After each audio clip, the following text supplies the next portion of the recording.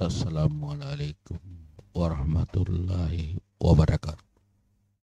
Jumpa lagi dalam pertemuan kita ini.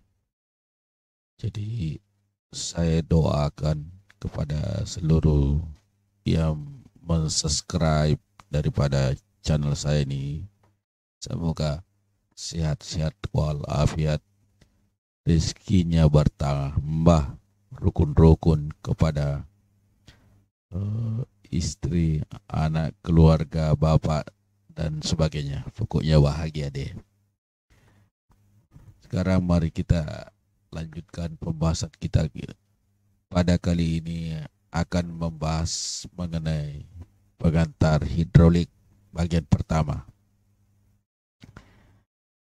Bagian pertama ini mencakup mengenai masalah teori dasar. Sebelum kita melihat teori dasar daripada hidrolik, kita melihat dulu video berikut ini.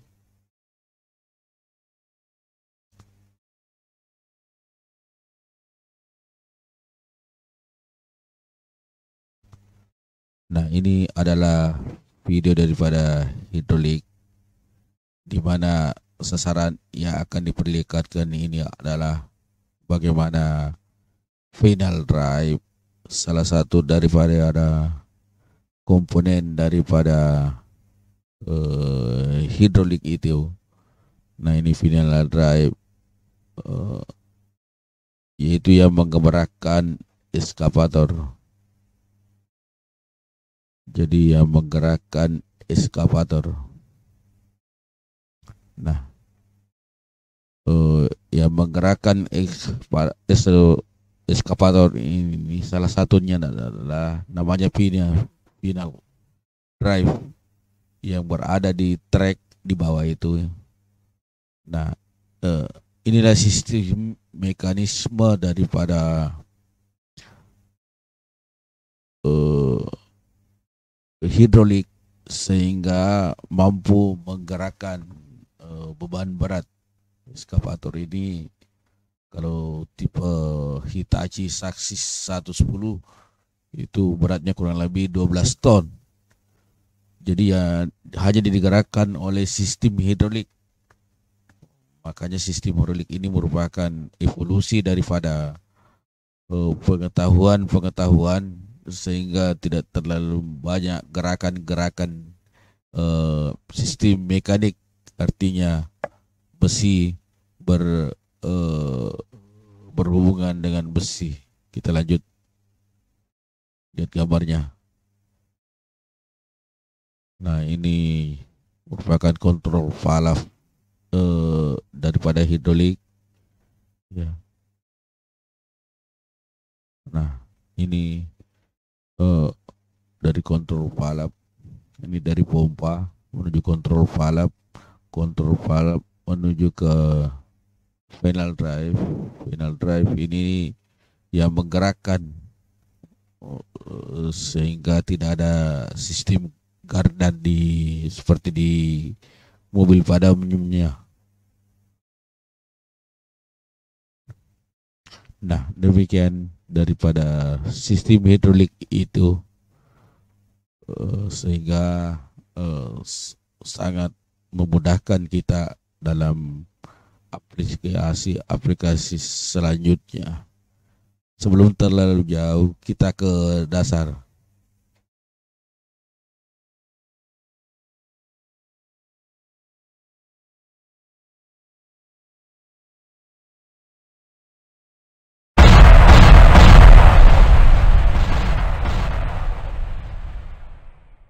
Tentang sistem hidrolik. Sistem hidrolik ini sangat penting karena berkembang seperti alat-alat berat, tidak lagi menggunakan daripada besi dengan besi, tetapi gerakan mekanik dirubah menjadi sistem hidrolik, kemudian berubah menjadi lagi sistem mekanik, jadi mekanik hidrolik mekanik.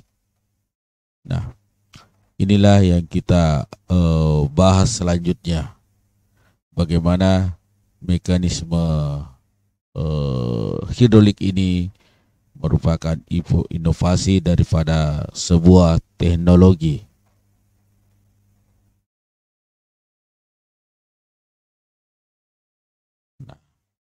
Halo, sebelum kita memulai, kita lihat dulu sistem hidrolik ini. Nah, sistem hidrolik ini dikatakan hidrolik karena dibagi oleh dua kata, yaitu hidro dan aulus. Hidro artinya water, aulus artinya pipa. Hidrolik adalah kerja yang dilakukan oleh fluida di dalam pipa. Jadi ada oli hidrolik di dalam pipa dan itulah yang bekerja. Makanya dikatakan sistem hidrolik.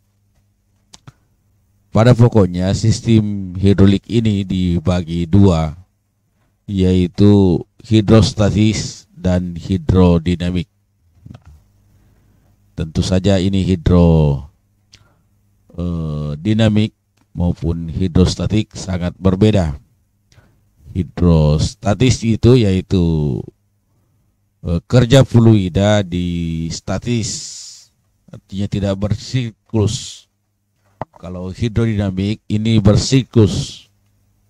Apa artinya siklus? Ada sistem tertutup, dipakai di dalam hidrolik itu olinya dari tangki ke pompa ke ala-ala hidrolik seperti silinder hidrolik, final drive. Maka selanjutnya oli tersebut kembali ke tangki. Jadi cakupannya luas.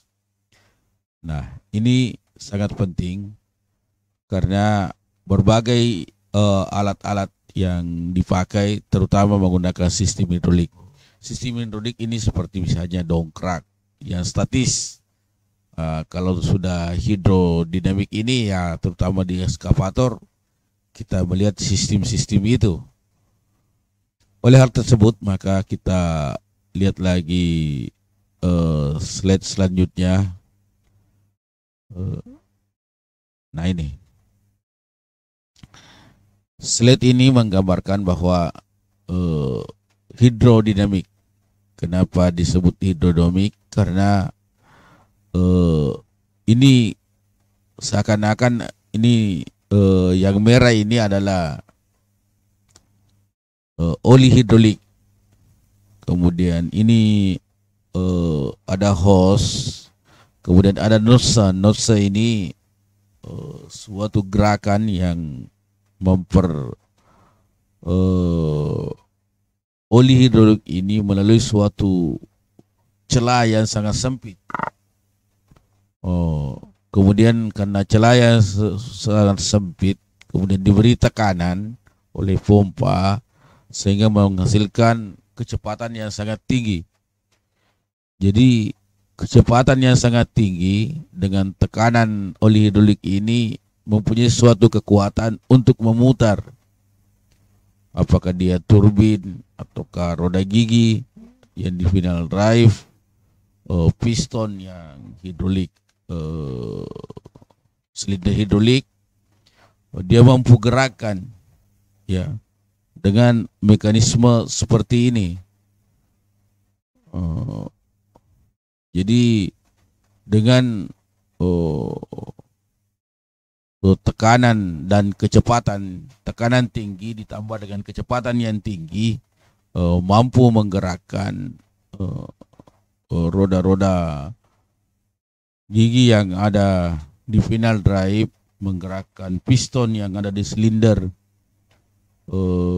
piston bucket, arm maupun bom, juga blade dan lain sebagainya.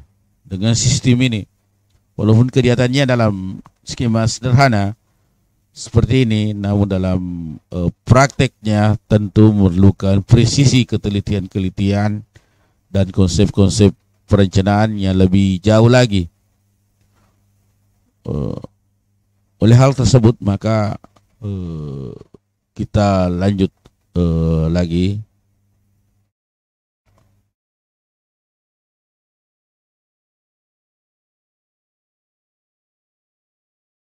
Nah, ini hidrostatis, kerja yang dihasilkan dalam posisi statis. Seperti ini. Namun sebelum kita masuk di sini, terlebih dahulu kita lihat slide dulu prinsip dasar hidrodinamis. Kita lihat dulu sedikit sebelum kita ke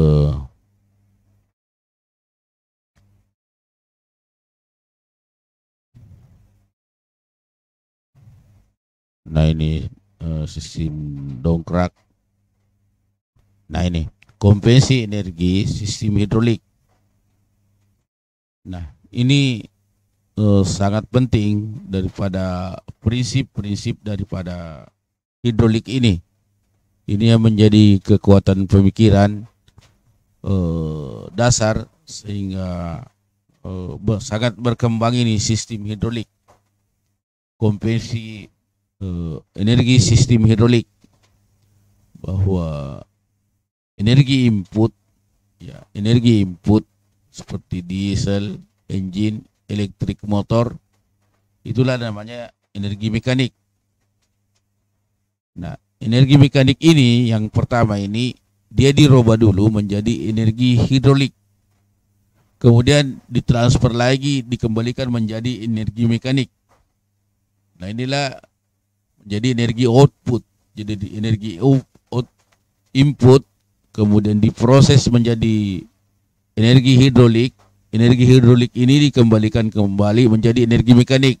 Sehingga lahirlah forklift, eskavator, eskalator, dan lain sebagainya.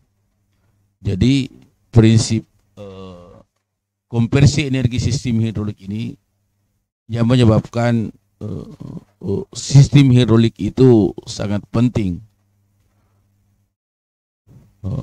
Kembali bahwa dengan mengubah energi mekanik menjadi energi hidrolik, kemudian dikembalikan lagi menjadi energi mekanik, aplikasinya sangat banyak dan sangat membantu dalam berbagai gerakan-gerakan di sistem mekanik itu. Ya, inilah yang kita lakukan sehingga sangat membantu dalam kehidupan sehari-hari, terutama hidrolik itu. Saya kira untuk sesi pertama ini kita lakukan. Terima kasih. Assalamualaikum warahmatullahi wabarakatuh.